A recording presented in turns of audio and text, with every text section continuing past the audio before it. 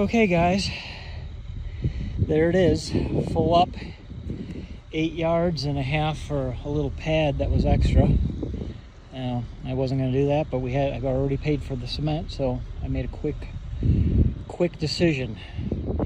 And my buddy, one of my best pups, Sinatra, passed away a few months ago. We had him cremated, and his remains are in here forever. So, yep, TX 455. Crank up, tilt over, motorized on both sides, so it should be pretty good.